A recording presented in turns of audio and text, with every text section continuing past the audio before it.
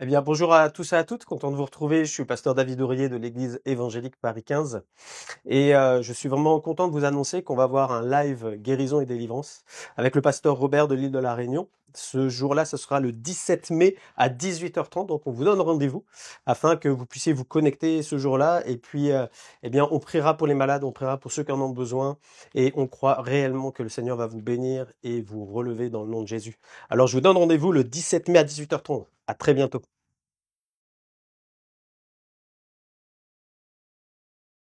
En clair, le Seigneur est en train de dire, mes témoignages là, dans la parole, ils sont sans erreur.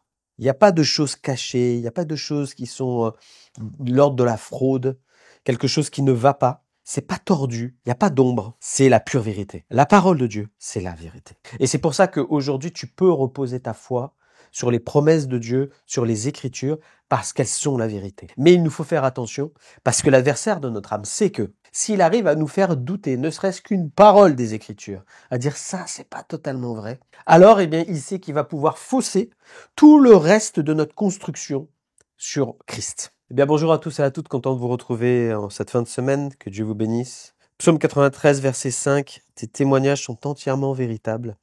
La sainteté convient à ta maison, ô Éternel, pour toute la durée des temps. Amen. Et j'aimerais qu'on prenne vraiment l'étude de tes témoignages sont entièrement véritables.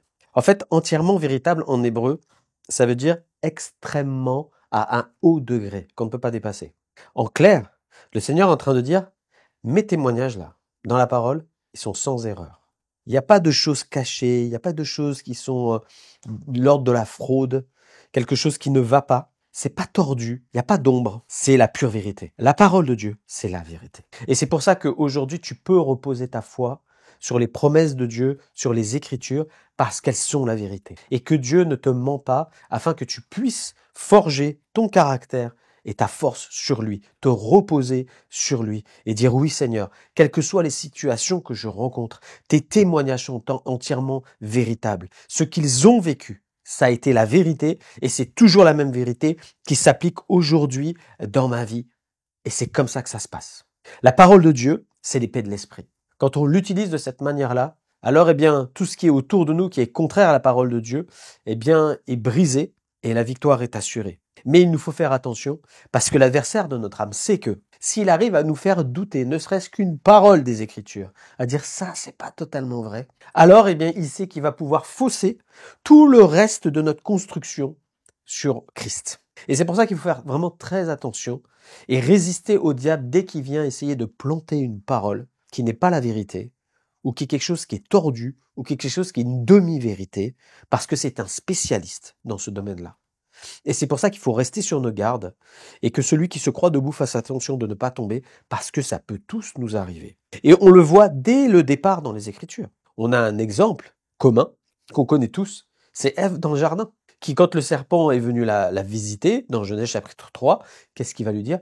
Dieu a-t-il réellement dit? Ça commence juste par une question. A-t-il réellement dit? Le réellement là, dans la phrase, c'est pas Dieu a-t-il dit? Dieu a-t-il réellement dit? Le réellement à cet endroit-là que le serpent va utiliser, c'est un mot en fait qu'il utilise pour mettre en doute une partie ou la totalité de ce que Dieu a pu dire ou être. Donc ça attaque pas seulement ce que Dieu a dit, mais ça attaque derrière bien le fondement de la foi et le fondement de dire qui est Dieu dans ta vie.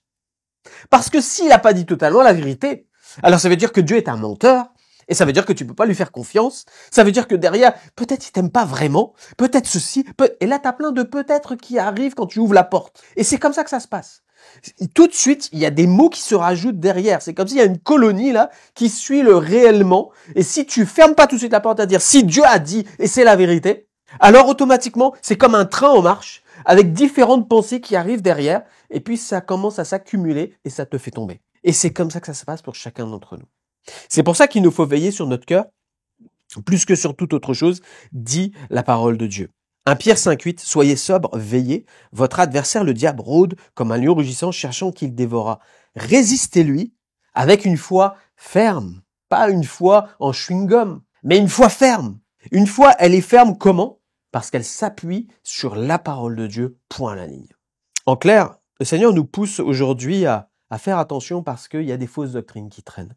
Et je pensais, en préparant cette émission, à une fausse doctrine en particulier que j'ai entendue, où certains disent, dans certains milieux même évangéliques, comme quoi la parole de Dieu, eh bien, la Bible, elle contient la parole de Dieu, mais elle n'est pas entièrement la parole de Dieu. Ce ne sont que des images que Dieu a voulu nous transmettre, mais qui sont pas la réalité de ce qui s'est passé. Donc, en clair, la mer qui s'est coupée en deux, oh, c'est un mythe que Dieu a utilisé pour nous faire passer, eh bien, une pensée spirituelle, comme quoi le soleil s'est arrêté pour donner la victoire à Josué. Ça aussi, ça s'est pas passé. Ce n'est quelque chose que Dieu a ordonné pour que on puisse avoir, eh bien, une portée spirituelle. Ce ne sont que des images. Et avec ça, le diable, eh bien, vient détruire la foi de tous ceux qui lisent la parole de Dieu. Peut-être que ce que je lis là, c'est qu'une histoire, en fait, ça ne s'est jamais passé.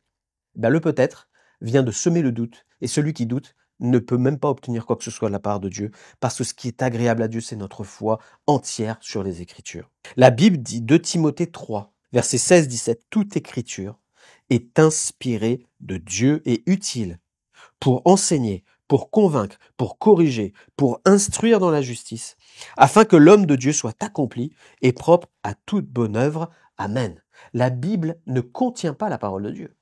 La Bible est la parole de Dieu. Et j'aimerais le souligner dans ton cœur aujourd'hui à toi qui doutes, parce que l'adversaire est venu semer des graines de doute dans ta vie. La parole de Dieu, c'est la vérité. Elle ne contient pas, elle est la vérité, elle est la parole de Dieu. Pourquoi je dis ça? Parce que Jésus lui-même est la parole de Dieu faite chair. Et Jésus n'est pas un mythe. Sinon, ça veut dire que ta foi, elle n'est pas réelle et qu'elle est bâtie sur quelque chose qui est faux. Jésus-Christ est bien vivant et ressuscité, et c'est là l'espérance du croyant et la foi du croyant, c'est que Jésus est ressuscité, il règne pour l'éternité, il a vaincu l'adversaire de notre âme, gloire à son saint nom. Alors mon frère, ma sœur, toi aujourd'hui qui t'es fait duper, qui t'es fait avoir, eh bien que ces pensées qui sont dans ton cœur soient déracinées et que tu reviennes au fondement des Écritures et que tu reviennes à la parole de Dieu telle qu'elle est, instruite et écrite, parce que c'est le Saint-Esprit qui a commandé que ça se fasse comme ça, afin que toi aujourd'hui, tu puisses saisir la victoire et dire à l'adversaire, maintenant c'est fini, tes mensonges je les vire, et maintenant que ça soit la parole de Dieu qui vienne me purifier, me fortifier et me donner de l'avant, et tu la verras s'accomplir dans ta vie. Alors que Dieu te bénisse et continue à construire ta vie. Sois béni. Seigneur, merci, parce que ta parole déclare, Seigneur Jésus, que tu es le chemin, la vérité et la vie, et que nul ne vient au Père que par toi. Merci Jésus, parce que tu es la parole faite chair. Je te loue parce que si tu es venu jusqu'à nous, c'est pour nous révéler, Seigneur, que oui, il n'y a pas d'autre vérité que toi, Seigneur. Merci parce que tu nous as aimés au point que tu as donné ta vie à la croix. Et ça, Seigneur, notre Dieu, nous te louons pour cela parce que tu n'es pas seulement mort, mais tu es ressuscité. Et Seigneur, notre foi, elle est basée sur ça. Merci, Seigneur. Merci pour ta parole. Merci pour la vérité. Merci, Seigneur, parce que tu nous instruis, tu nous enseignes. Seigneur, et nous voulons te suivre. Père, je prie pour ceux qui peut-être sont tombés, ont été piégés aujourd'hui. Seigneur, merci de les renouveler. Merci de replanter ta parole dans leur cœur. Merci de nettoyer, Seigneur, de leur apprendre à nettoyer, à leur montrer là où l'adversaire a semé des choses, Seigneur, qui viennent les troubler. Seigneur, que maintenant, Seigneur, eh bien, ayez, Seigneur, une restauration, une délivrance dans leur cœur et que leur foi soit fortifiée dans le nom de Jésus. Merci Seigneur. Amen. Que Dieu vous bénisse. On se retrouve la semaine prochaine.